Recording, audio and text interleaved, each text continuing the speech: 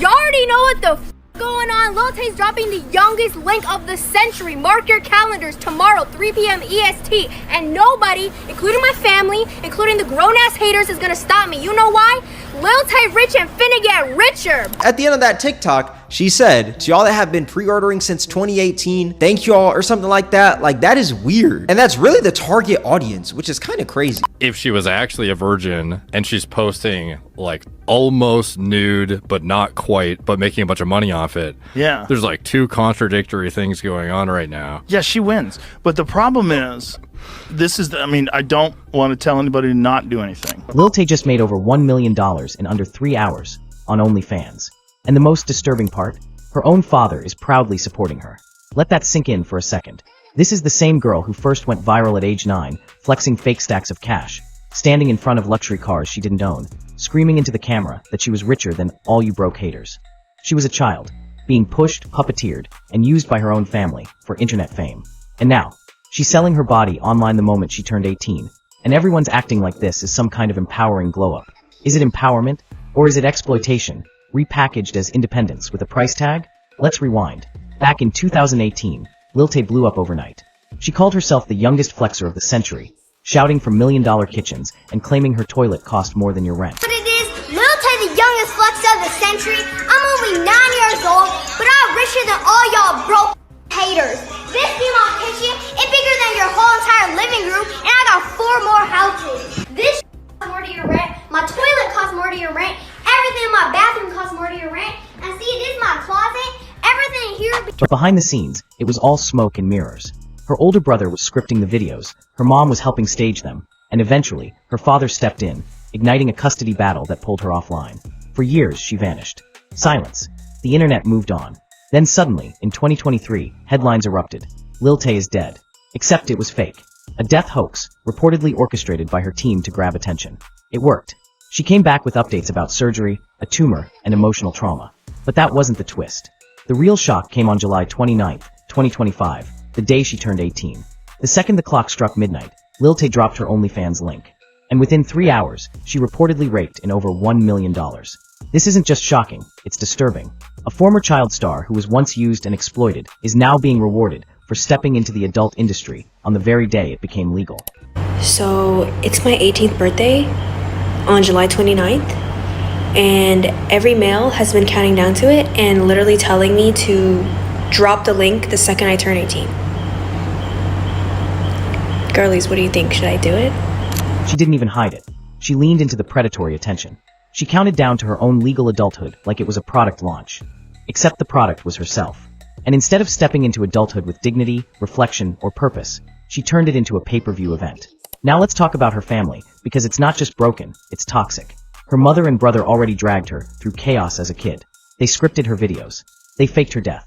They made her childhood a reality show of lies. Now she's accusing her father of abuse, saying he swatted her home, forced her to wear revealing outfits, and created an unsafe environment that required CPS intervention. She's posted videos calling him a psycho. You swatted my house, you psycho. Abusive father, Chris Hope, swatted me to prevent me from continuing to expose his misogyny, abusive behavior, and domestic violence. You cannot stop me. You cannot silence me. This is not just for myself, but for all girls and women. Her father? He's backed into a corner. Now that she's 18, he legally can't stop her.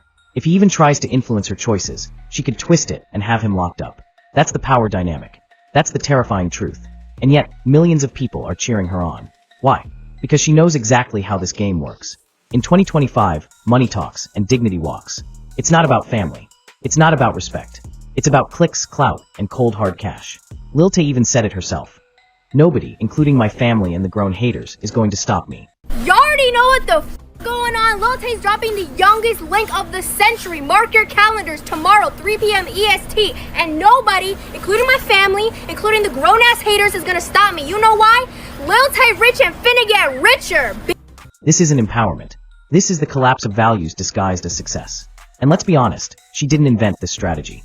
She's following the exact same playbook as Bad Baby, the Cash Me Outside girl, who also made headlines by launching an account hours after turning 18. You recently started an OnlyFans account, correct?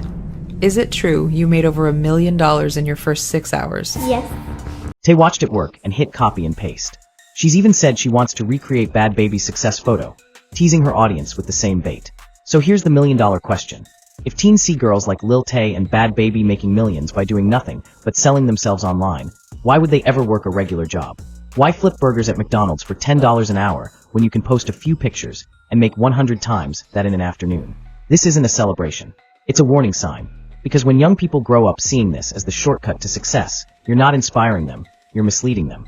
You're telling them it's not worth it to build a career, invest in education, or develop real skills. You're telling them the body is the brand. And once you sell your soul, there's no refund. And what's even worse, she's baiting people who were waiting for this since she was a minor.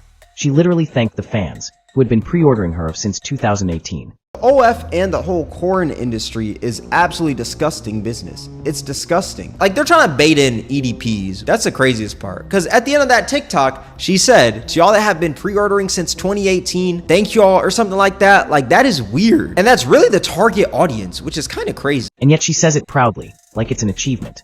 That's not just weird. That's dangerous. Girls like her are setting the worst possible example. They're normalizing something toxic, something damaging, something that shouldn't be a goal for the next generation. Even Joe Rogan recently talked about this, how some influencers are raking in $40 million a year by pushing almost porn to kids, men, and vulnerable audiences. A lot of tweets that are irrelevant to porn. It'll just be like, that's cool, but have you seen my... It'll be like some chick promoting her only... That's so common now, and I just like... The discourse is like half infested at this point. They had this one lady who was saying she made $40 million this year on oh yeah, that's nuts. 40 million. Sure she's a virgin. Sure, she's a 23-year-old big-titted version, the only one that exists in the whole world. Want to shit on these chicks for being like, essentially, right? But like, if she was actually a virgin and she's posting like almost nude but not quite, but making a bunch of money off it, yeah, there's like two contradictory things going on right now. Yeah, she wins, but the problem is, I don't want to tell anybody to not do anything. Like, ladies, you do what you want, you do you. If I was a young pretty girl, I'd probably be on. And he's right. This entire industry thrives on false innocence, over sexualization, and the kind of content that destroys mental health and blurs moral boundaries. We're not building influencers anymore. We're building disasters.